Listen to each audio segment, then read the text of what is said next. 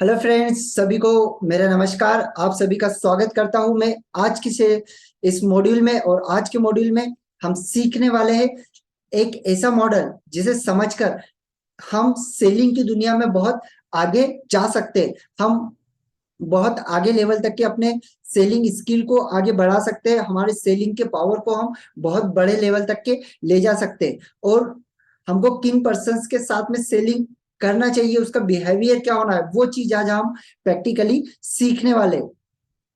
तो दोस्तों, इसे कहा जाता है ग्रो मॉडल। क्या कहा जाता है? Grow model. This is a बहुत ही सिंपल और आसान भाषा में आपको समझाने वाला हूं कि ग्रो मॉडल होता क्या है। ग्रो मॉडल एक्चुअली इसे सेल्स का गुरु कहा जाता है। अगर आप इसे समझोगे तो ये सेल्स का गुरु है। गुरु मीन्स अगर ये चीज आप समझ गए तो आप सेलिंग के अंदर एक मास्टरी कर सकते हैं बहुत आसानी से। जैसे हमारे कोर्स का नाम है सेल्स मास्टरी, तो उसी तरीके से आप बहुत अच्छे तरीके से सेल्स के अंदर मास्टरी कर सकते हैं। तो ग्रो मॉडल के अंदर जो जी फॉर्म है, जी दर्शाता है गोल्स को। गोल्स मीन्स क्या? वेन दे गो मतलब हम कहां पर जाना चाहते हैं, या हम जिस प्रोस्पेक्ट के पास में जा रहे हैं वहां पर हमें सबसे पहले उसका गोल देखना होगा कि उसका गोल्स क्या है। जैसे हमारा गोल क्या है, या हमारा जो प्रोस्पेक्ट है उसका गोल क्या है, वो हमको सबसे पहले डिफाइन करना होगा कि उस पर्सन का गोल क्या है, वो चाहता क्या है।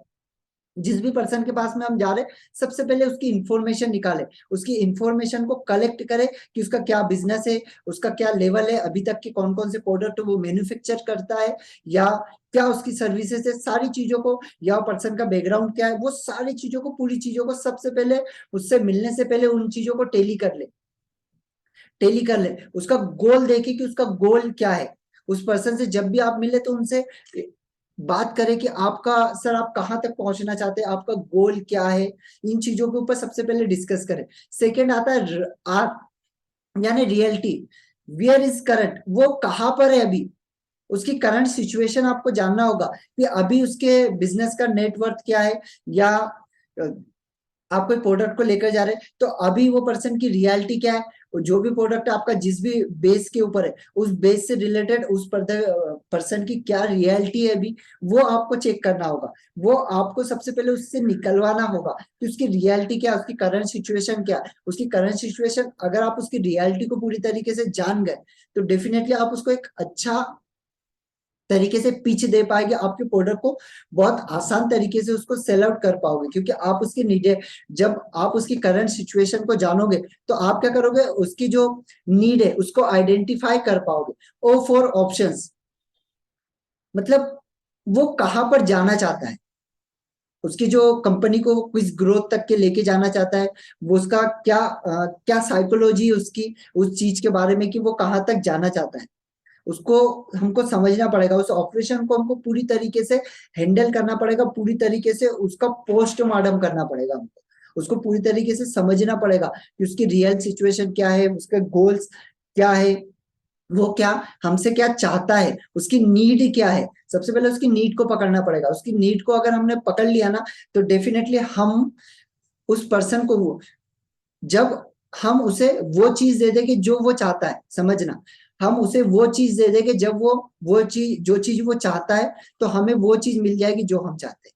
मतलब हमने उसकी नीड को पकड़ लिया और हमने उसको सॉल्यूशन दे दिया। और जब हमने सॉल्यूशन दिया ना तो वहां से पलट कर हम जो चाहते हैं, जो हमारी सेल चाहते हैं, जो हम उनसे एक मनी के फॉर्म में जो पैसा चाहते हैं, वो हमारे पास में वो आसानी से दे देगा, वो आसानी से परचेज कर लेगा, क्योंकि हमने उसकी नीड को आइडेंटिफाई किया।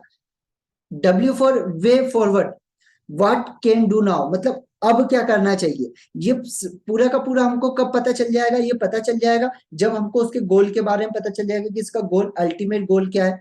आर मतलब इसकी रियलिटी हमको पता चल जाएगी कि हाँ यार, इसका पिछला बैकग्राउंड ये है, और पिछली ग्रोथ उसकी ये हुई थी, और करंट में उसकी नेटवर्थ ये है, करंट में उसकी सिचुएशन ये है, करंट में ये टेबलेट वो यूज करता है। ये हमको करंट में पहले पता करना होगा।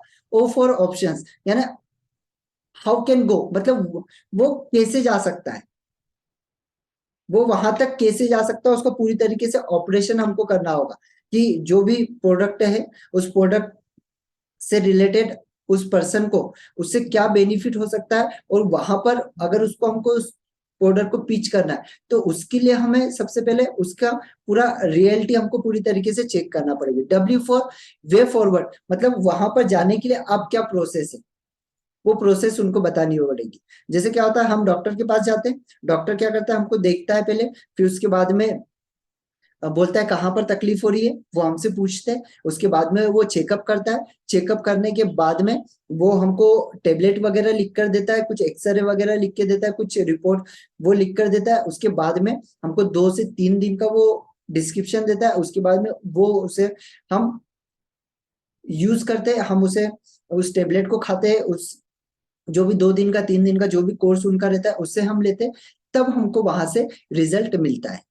तो वैसे ही हमको हमारे क्लाइंट के साथ में करना है। सेल्स के अंदर वही चीज है कि सबसे पहले देखो कि जिस पर्सन के हम पास हम जा रहे हैं उसके अल्टीमेट गोल क्या है, उसकी अभी करंट रियलिटी क्या है, वो क्या करता है ना, पूरी तरीके से उसका क्या अभी क्या ऑप्शन अवेलेबल है उसके पास में, अभी कौन कौन से काम वो कर रहा है ना, वो वहां तक जहां उसे जाना है वहां तक वो कैसे जा सकता है, वो पहले उसकी चेक करो। उसके बाद में उसको बताओ कि वहां पर अब आपको क्या करना चाहिए, कि वहां पर जाने के लिए आपको पता है कि ये आपके गोल हो गया, आपके रिलेशनशिप, आपने उसके करंट सिचुएशन पता कर ली, रियलिटी पता कर ली, आपके पास में वहां पर वो जा सकता है, वहां पर उसको जहां भी जाना है वहां पर जाने का आपने एक अंदाजा पूरी तरीके से लगा लिया। अब उसको यहाँ पर सॉल्यूशन देना है कि हाँ आप इस रास्ते से वहां तक जा सकते हैं, हाँ आप ये प्रोडक्ट को ऐसे यूज करके ये आपको ये सॉल्यूशन दे सकता है। मतलब उसकी नीड को सबसे पहले कवर करो, फिर उसको अपना जो भी प्रोडक्ट है जो भी हमारी सर्विसेज है वो बाद में दो। डायरेक्ट जाते से सेल्स पिच नहीं करना है। सबसे पहले आइडेंटिफाई करो, जितना आप आपके कस्टमर को आइडेंटिफाई करोगे, जितना अच्छा उससे रिलेशन बनाओगे, उतना बहुत बेहतर तरीके से आप सेल्स के अंदर गुरु बन पाओगे। और आगे बहुत सारी चीजें हैं, लेकिन अभी ये चीज हमको पता होना चाहिए कि ग्रो मॉडल क्या होता है और इसे हम किस तरीके से यूज करते हैं। और आशा करता हूँ कि इससे आपको है ना बहुत अच्छी क्लियरिटी होगी। क्या अब आप जिस भी पर्सन के पास जाएंगे वहां पे आप सबसे पहले रिसर्च करेंगे, उसके बाद में उस वहां पर जाएंगे, उसकी सिचुएशन को देखेंगे क्या है, वो क्या करता है, उसका वो कहाँ पर उसे पहुंचना है और वो कैसे पहुंच सकता है, फिर आप उसको उसका सॉल्यूशन देंगे। अब आता है बिफोर सेलिंग। सेलिंग करने से पहले हमको कुछ चीजें आइडेंटिफाई करना है। जैसे पहले ग्रो मॉडल में भी वही चीज डिस्कस की, और यहाँ पर भी मैं समथिंग समथिंग उसी टाइप से डिस्कस करूंगा, बट यहाँ पर कुछ और क्लियरिटी के साथ में आपके साथ डिस्कस करूंगा। Before selling identify some point, हमको कुछ पॉइंट ऐसे हैं जो सेलिंग से पहले हमको आइडेंटिफाई करना होता है। देखिए सबसे पहले तो ये बात समझ लीजिए, बिफोर सेलिंग वांट ही हेल्प और नॉट। सबसे पहले आप जिस पर्सन के पास जा रहे हैं उसको उस चीज की नीड भी है या नहीं है, सबसे पहले ये आइडेंटिफाई करना बहुत जरूरी है। क्योंकि क्या होता है ना, अधिकतर लोग उठाते अपना प्रोडक्ट लेके चले जाते सामने वाले के पास, अरे भाई उसको नीड है या नहीं है, उससे परमिशन लो पहले कि वो हेल्प चाहता भी है या नहीं है। बस आप वो हेल्प नहीं चाहता है, आप जबरदस्ती चले गए मैं आपकी हेल्प करूं, कोई सेंस नहीं। वो तो डेफिनेटली बोल देगा नहीं, मुझे हेल्प चाहिए ही नहीं। अभी किसी ऐसे पर्सन के पास जा रहे हैं हम, जैसे अधिकतर डायरेक्ट सेलिंग में क्या होता है, किसी व्यक्ति के पास जा रहे हैं, अब आपको पता है कि आपका प्रोडक्ट है जो एक हार्ट के जो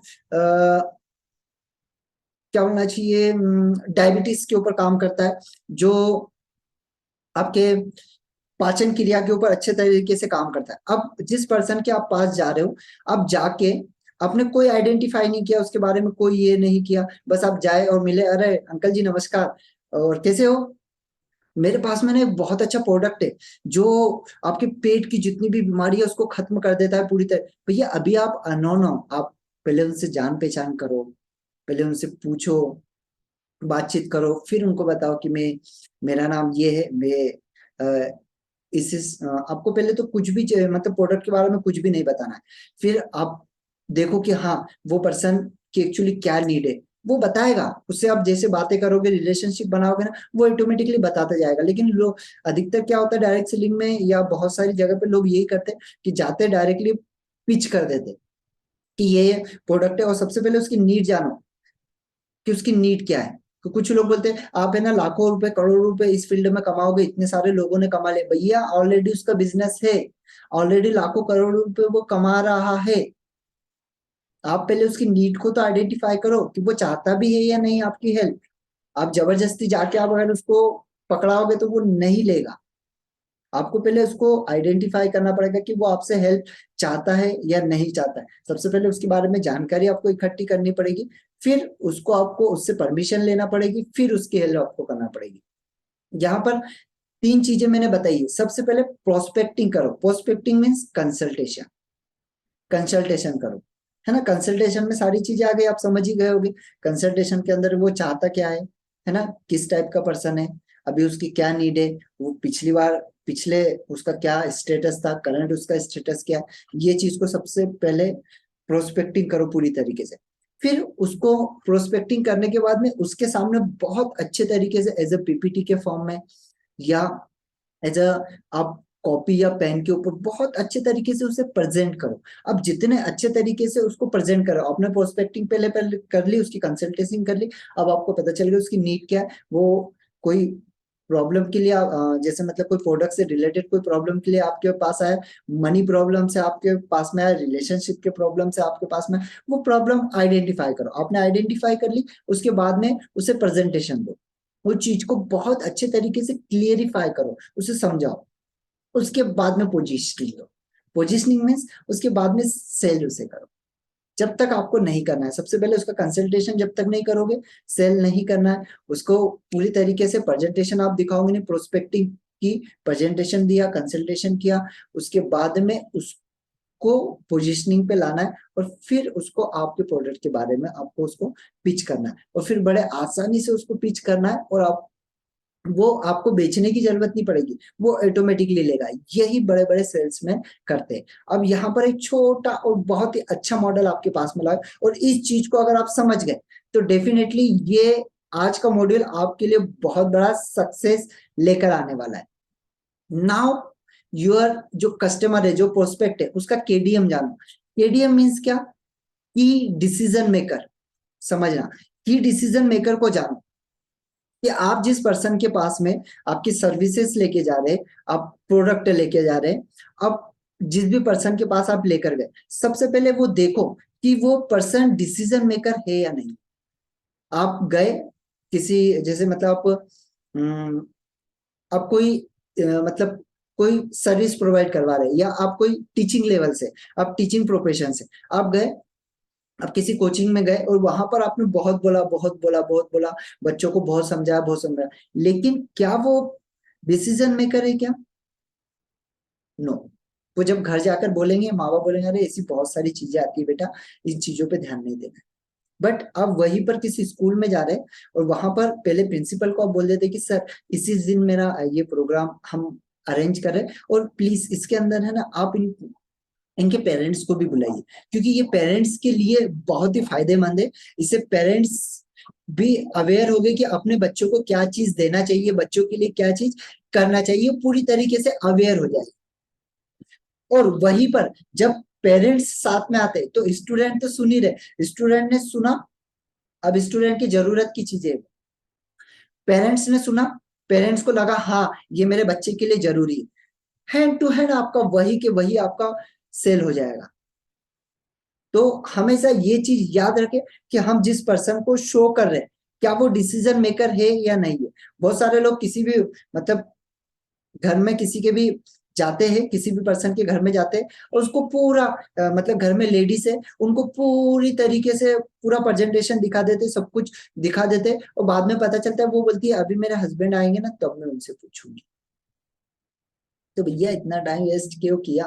पहले समझो तो सही कि केडीएम है या नहीं है आपका, की डिसीजन मेकर है या नहीं है। अगर की डिसीजन मेकर व्यक्ति नहीं है तो उसको शो मत करिए, उसको बोलिए हाँ, उससे बात करिए, उससे रिलेशन बनाइए, हाँ सर बिल्कुल बिल्कुल, उससे बहुत अच्छे तरीके से बात करिए, उससे एक रिलेशनशिप बिल्ड कर लीजिए, क्योंकि वो भी की डिसीजन मेकर को हेल्प लेने मतलब डिसीजन लेने में मदद करेगा। तो उसके साथ भी आपको गलत बिहेव नहीं करना है, उसके साथ भी आपको अच्छे तरीके से बिहेव करना है, और उसको आपको बोलना है हाँ सर, एक्चुअली मैं यहाँ से आया हूँ और मेरा नाम ये है और मैं इस कंपनी से आया हूँ। एक्चुअली सर नहीं है ना, कोई प्रॉब्लम नहीं, जैसे जिस समय सर आएंगे ना तो उस समय मैं उनसे मिल लूंगा। प्लीज आप मुझे बता सकते हैं सर घर पर कब रहते हैं या किस समय मैं उनसे मिल सकता हूँ? हाँ, फिर बोलेंगे ये ड्यूटी से इस समय आते और इस दिन रहते। फिर आप पूछिए कि हाँ एक्चुअली उनको वीक में छुट्टी भी रहती होगी, उनका लीव भी रहता होगा। हाँ हाँ, बोलेंगे हाँ इस दिन उनका लीव रहता है। ठीक है मैम, तो मैं उस समय पे आपके कन्वीनियंट समय पर मैं आ जाऊंगा। तो मैं कितना, 2 बजे हो या 3 बजे हो? तो फिर बोले कि हाँ एक काम करिए आप 2 बजे आइए। बस उसी समय को आपको नोट कर लेना है। उसको नोट कर लिया। अब उसी समय पर दूसरे दिन सुबह जाने से पहले एक बार कॉल करना है, और वो आगे मैं आपको बताने वाला हूँ सारी चीजें। नो डाउट सारी चीजें बहुत अच्छे तरीके से क्लियर करने वाला हूँ, लेकिन ये चीज सबसे पहले आप क्लियर कर ले। जो आज आज मैंने जो चीजें बताई उस चीजों को सबसे पहले आपको क्लियर करना बहुत जरूरी है कि आपका जो पर्सन है वो पर्सन सबसे पहले उसका अल्टीमेट गोल क्या है, वो चाहता क्या है ना। उसकी नीड को पकड़ ले। उसके बाद में देखे कि वो की डिसीजन मेकर है या नहीं है। अगर नहीं है तो उसके सामने अपना ज्यादा टाइम वेस्ट ना करे। वहां पे टाइम वेस्ट करने की जरूरत ही नहीं है आपको। उससे थोड़ी सी बात करे और अपॉइंटमेंट ले और फिर नेक्स्ट टाइम पे वहां पर जाए। और ये मॉड्यूल आपको बहुत ही अच्छा लगा होगा, इसको इम्प्लीमेंट करिए। Thank you very much, thank you very much. फिर मिलते हैं एक नए मॉड्यूल के साथ में। Thank you.